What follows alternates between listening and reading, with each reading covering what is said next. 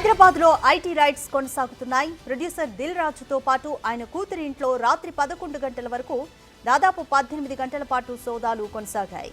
సంక్రాంతికి రిలీజ్ అయిన సంక్రాంతికి వస్తున్న గేమ్ చేంజర్ సినిమాలకు పెట్టిన ఖర్చు ఎంత, వచ్చిన లాభాలు ఎంత, సినిమాకు నిధులు ఎక్కడి నుంచి సమీకరించారు, ఎస్వీసీ ప్రొడక్షన్స్ లో ఎన్ని ప్రాజెక్టులు చేశారు, ఎన్ని సినిమాలు తీశారు, ఎంత లాభం వచ్చింది, ఎంత పన్ను చెల్లించారు, గత 2 సంవత్సరాల నుంచి చెల్లించిన పన్ను ఎంత అంటూ వివిధ కోణాల్లో విచారిస్తున్నట్లు తెలుస్తోంది. కేవలం నిర్మాత దిల్ రాజు ఇంట్లోనే కాకుండా డిస్ట్రిబ్యూటర్స్ ఇళ్లలోనూ ఐటీ సోదాలు జరుగుతున్నాయి. మైత్రి మూవీ మేకర్స్, ప్రొడ్యూసర్స్ ఇళ్లలోనూ ఐటీ రైడ్స్ కొనసాగుతున్నాయి. దిల్ రాజు భార్య సహకారంతో బ్యాంక్ అకౌంట్స్ ను పరిశీలించారు ఐటీ అధికారులు. సోదాల్లో కీలక డాక్యుమెంట్స్ ను స్వాధీనం చేసుకున్నారు. ఈ సోదాలు ఇవాళ కూడా కొనసాగే అవకాశాలున్నాయి.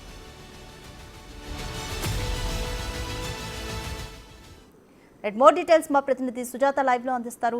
సుజాత, హైదరాబాద్ లో ఐటీ రైడ్స్ అయితే కంటిన్యూ అవుతూనే ఉన్నాయి. దిల్ రాజు అలాగే మైత్రి మూవీ మేకర్స్ ఇళ్లలోనూ కార్యాలయాలతో పాటు ఈ రోజు కూడా ఎక్కడెక్కడ ఐటీ సోదాలు కొనసాగుతాయనుకోవచ్చు?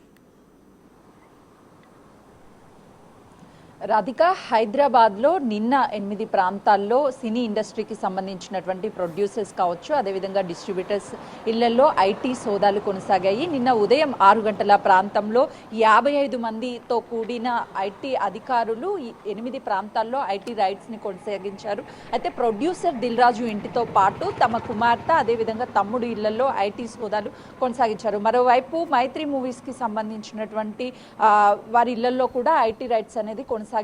సంక్రాంతికి అత్యధిక బడ్జెట్తో విడుదలైనటువంటి మూవీస్ అయినటువంటి సంక్రాంతికి వస్తున్నాము, అదేవిధంగా గేమ్ చేంజర్ మూవీస్కి ప్రొడ్యూసర్గా దిల్ రాజుతో పాటు తమ కుమార్తె అదేవిధంగా తమ్ముడు శిరీష్ ముగ్గురు కూడా ఈ 2 సినిమాలకి ప్రొడ్యూసర్స్గా వ్యవహరించారు. అయితే ఆ మూవీస్కి వచ్చినటువంటి ఆదాయం ఎంత, పెట్టుబడులు ఎంత పెట్టారు అనే అన్ని వివరాలను కూడా ఐటీ అధికారులు అయితే మాత్రం నిన్న వాళ్ళ కుటుంబ సభ్యుల్ని అడిగి తెలుసుకున్నారు. దాంతోపాటు దిల్ రాజుకి సంబంధించినటువంటి భార్య సహకారంతో బ్యాంక్స్కి వెళ్ళి బ్యాంక్లో కూడా ఆ ట్రాన్సాక్షన్ అంతా కూడా పరిశీలించారు. అదేవిధంగా లాకర్స్ని కూడా మొత్తం కూడా పరిశీలించినటువంటి సిచ్యువేషన్ ఉంది. అయితే ఏదైనా సరే మూవీస్ భారీ బడ్జెట్తో రిలీజ్ అయిన తర్వాత అత్యధిక కలెక్షన్లు వసూలు చేసుకుంది అని చెప్పేసి స్వయాన మూవీ ఇండస్ట్రీకి సంబంధించి అంటే ఆ సినిమా ప్రొడ్యూసర్స్ కావచ్చు, డైరెక్టర్స్ కావచ్చు అనేక వేదికల మీద బహిరంగంగానే చెప్తున్నటువంటి పరిస్థితి ఉంది. ఈ నేపథ్యంలోనే దాదాపు అటు పుష్ప 2 మూవీస్కి సంబంధించి మైత్రి మూవీస్ వాళ్ళు ఆ మూవీని తెర మీదకి తీసుకొచ్చారు. కాబట్టి పుష్ప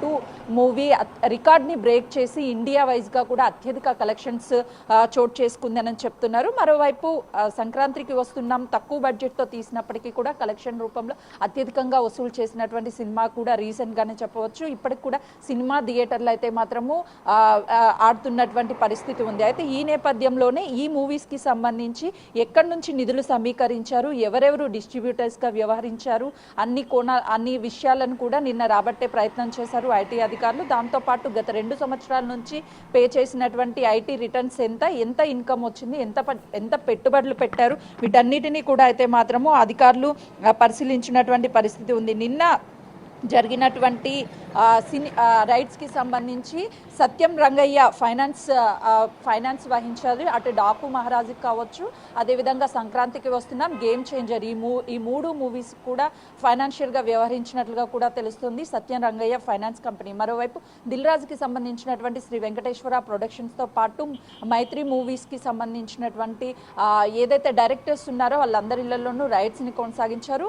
మరోవైపు ఈ మూవీస్కి సంబంధించి సోషల్ మీడియాగా వ్యవహరించినటువంటి మ్యాంగోస్ మీడియాకి సంబంధించినటువంటి ఇళ్లలోనూ ఐటీ రైట్స్ అయితే మాత్రం కొనసాగించారు. రాత్రి దాదాపు 11 గంటల వరకు కూడా ఐటీ రైట్స్ కొనసాగుతూనే ఉన్నాయి. ఈ రోజు కూడా ఐటీ రైట్స్ కొనసాగే అవకాశం ఉన్నట్లుగా కూడా అయితే మాత్రము చెప్పుకోవచ్చు. ఎందుకనంటే వాళ్ళు అనుకున్నటువంటి సమాచారాన్ని రాత్రి మొత్తం కూడా వివరాలు అడిగి తెలుసుకున్నారు. ఇప్పటి వరకు మూవీకి సంబంధించి ఎంత బడ్జెట్ పెట్టారు, ఆ బడ్జెట్ ఎక్కడి నుంచి తీసుకువచ్చారు, ఎంత ఖర్చు అయింది, ఎంత ఇన్కమ్ వచ్చింది, వాటికి సంబంధించి బ్యాలెన్స్ షీట్ అనేది మెయింటెనెన్స్ చేస్తున్నారా లేదా అని చెప్పేసి కూడా అధికారులు అయితే మాత్రం అన్ని విషయాలను కూడా రాబట్టినటువంటి సిచ్యువేషన్ ఉందనే చెప్పుకోవాలి.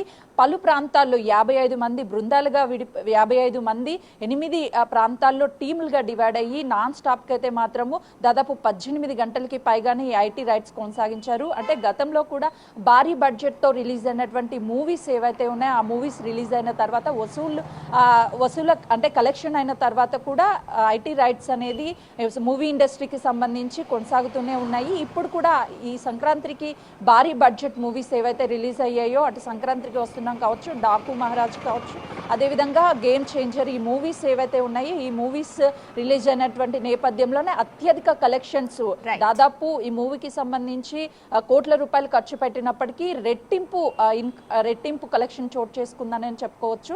మరోవైపు ఐటీ అధికారులు అయితే మాత్రము ఇందులో ఏవైనా సరే తారతమ్యాలు ఉన్నా, బ్యాలెన్స్ షీట్ కరెక్ట్గా లేకపోయినా, లేదు అనంటే ఐటీ కరెక్ట్గా పే చేయకపోయినా ఖచ్చితంగా కూడా వాళ్ళ మీద చర్యలు ఉంటాయని చెప్పేసి చెప్పుకోవచ్చు. Radhika, thank you Sujatha.